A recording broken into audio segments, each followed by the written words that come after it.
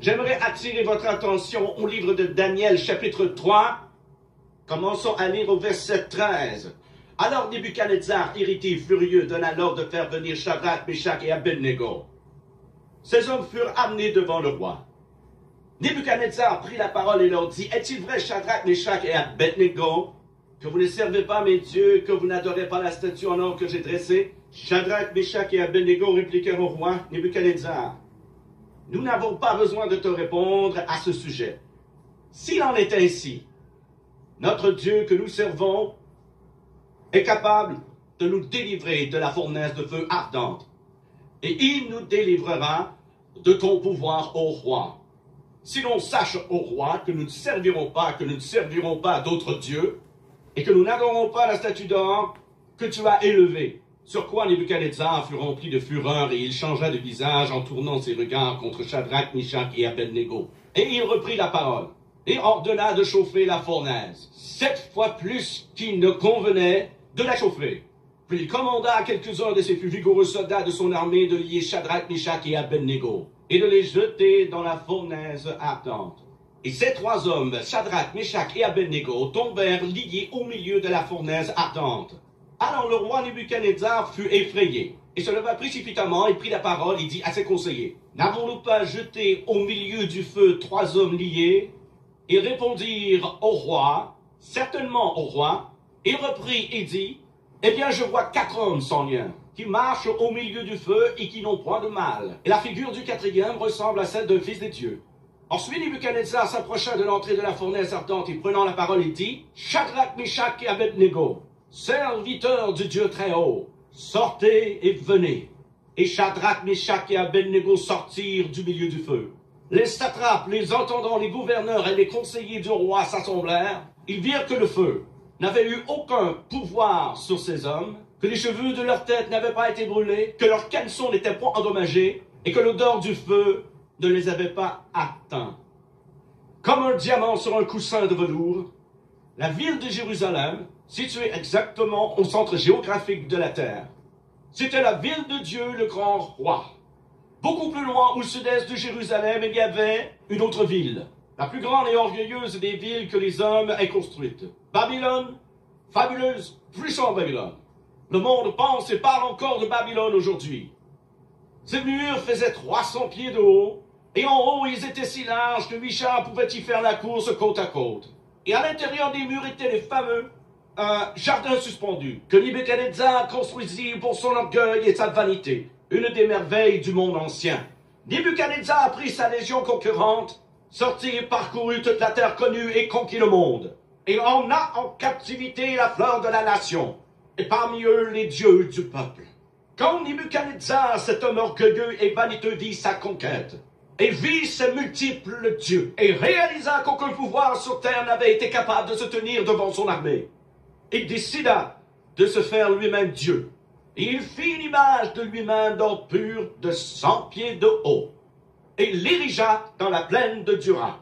Et il donna l'ordre qu'au son de la musique, toute personne sur terre devait se prosterner, tourner sa face vers l'image et dire, « Grand est Nebuchadnezzar notre Dieu, grand est Nebuchadnezzar notre Dieu. » Et un jour il prit ses légions élites et marcha dans le désert miroitant de sable brûlant, assiégea la ville de Jérusalem, la ville de Dieu le grand roi, abattit les murs, écrasant le temple, détruisit la ville, rendit captifs la fine fleur des nations, de beaux jeunes princes hébreux, des hommes comme Shadrach, Meshach et Abednego.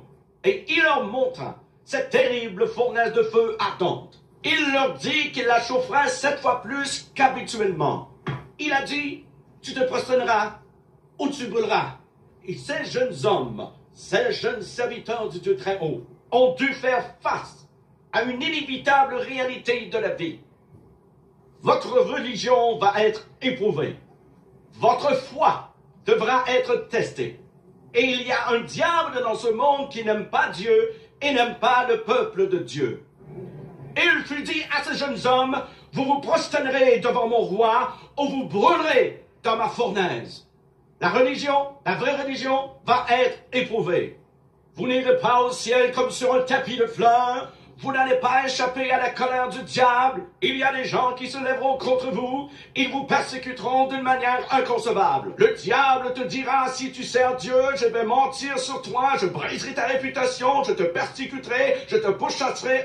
Si tu ne te soumets pas, tu brûleras dans ma fournaise. Le diable dira tous les mensonges possibles. Mais laissez-moi vous dire ce que les 3 enfants hébreux ont dit. Quand ce vieux Nebuchadnezzar dit, vous vous prosternerez devant mon Dieu ou vous brûlerez dans ma fournaise, ils ont dit, nous pouvons brûler dans ta fournaise, mais nous ne nous prosternerons pas devant ton Dieu. Mais savez-vous ce que Dieu a dit? Dieu a dit, si vous ne vous prosternez pas devant le Dieu de Nebuchadnezzar, moi je veillerai à ce que vous ne brûliez pas dans sa fournaise. Dieu recherche des personnes qui ont pris leur décision, qui vont remettre leur sort dans les mains de Dieu, qui vont recevoir du Saint-Esprit un salut profond, sincère, ancré et fondé sur le roc. Le genre de religion qui remonte le long de ta colonne vertébrale, redresse ta vie tortueuse et fait quelqu'un de toi. C'est ce que Dieu recherche. Nous avons compromis cela. Et ceux qui ont fait ce compromis, ils brûlent. Ils n'ont pas la puissance de Dieu. Ils n'ont pas l'onction de l'Esprit. Ils n'ont pas la foi qu'il faut pour vaincre les fournaises ardentes de la vie. Non seulement avons-nous compromis le salut qui vient du cœur, nous avons aussi compromis l'onction de l'Esprit de Dieu. Nous ne pouvons pas faire le travail de Dieu à moins que nous soyons loin pour le faire. Vous devez avoir l'Esprit de Dieu sur vous. Vous lisez votre Bible, vous regardez l'histoire religieuse.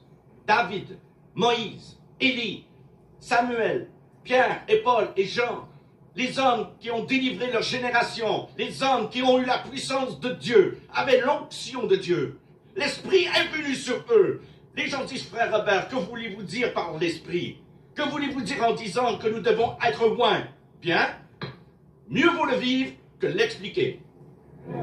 Je sais que quand je ne suis pas sous l'onction, je n'ai pas la puissance de Dieu.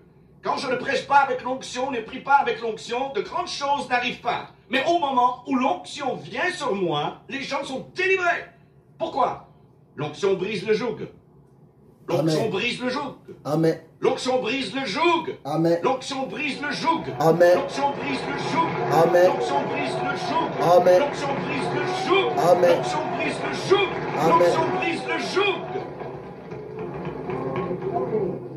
Qu'est-ce qui brisera le joug du péché? C'est l'onction de l'Esprit de Dieu. Qu'est-ce qui brisera le joug de la maladie? C'est l'onction de l'Esprit de Dieu. Qu'est-ce qui brisera le joug des mauvaises habitudes? C'est l'onction de l'Esprit de Dieu. Qu'est-ce qui peut transformer la vie d'un homme ou d'une femme? L'onction de l'Esprit de Dieu. Si vous le croyez, dites Amen.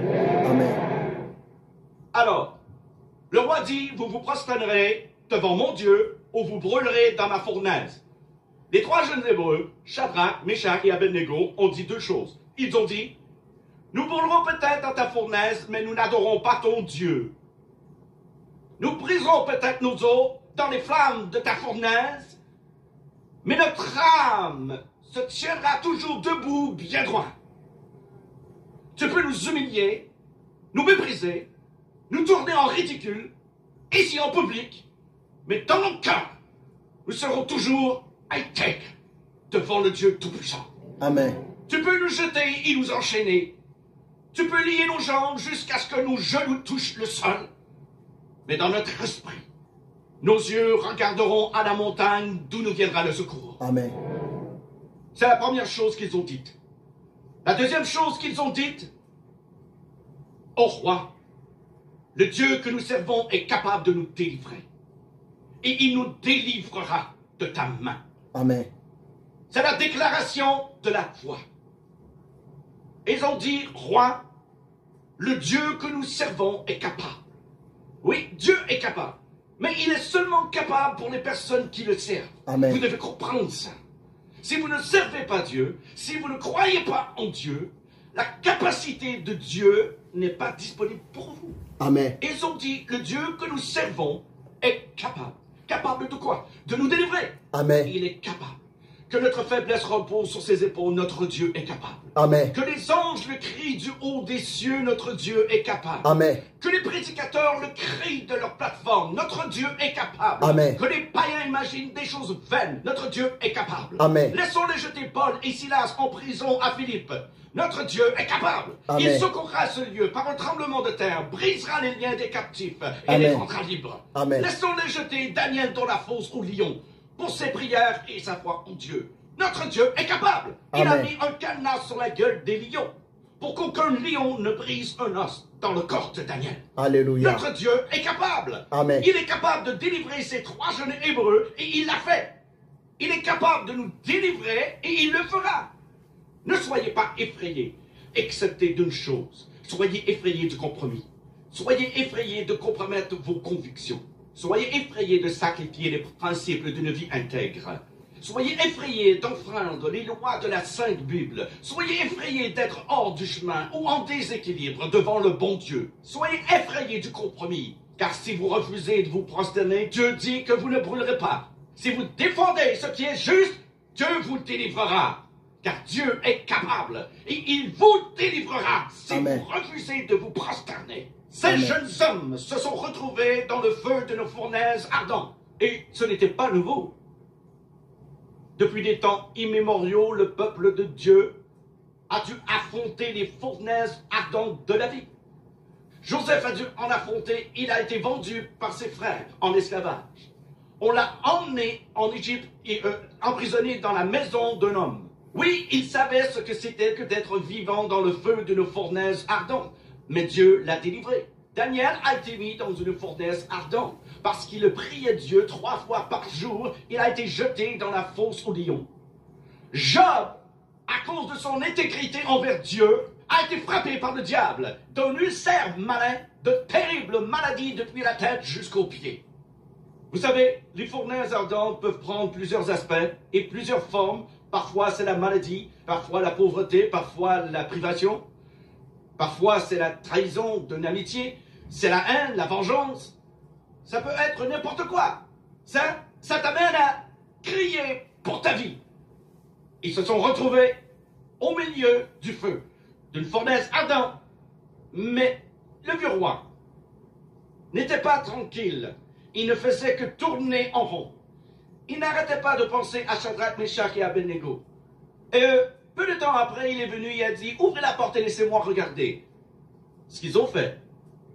Et quand il a regardé, il a presque eu le souffle coupé. Il appela ses conseillers et ses hommes de loi, et il dit, messieurs, n'avons-nous pas jeté 3 hommes liés au milieu du feu? Et dire, c'est vrai, ils étaient 3 au roi, et dit, j'en vois 4.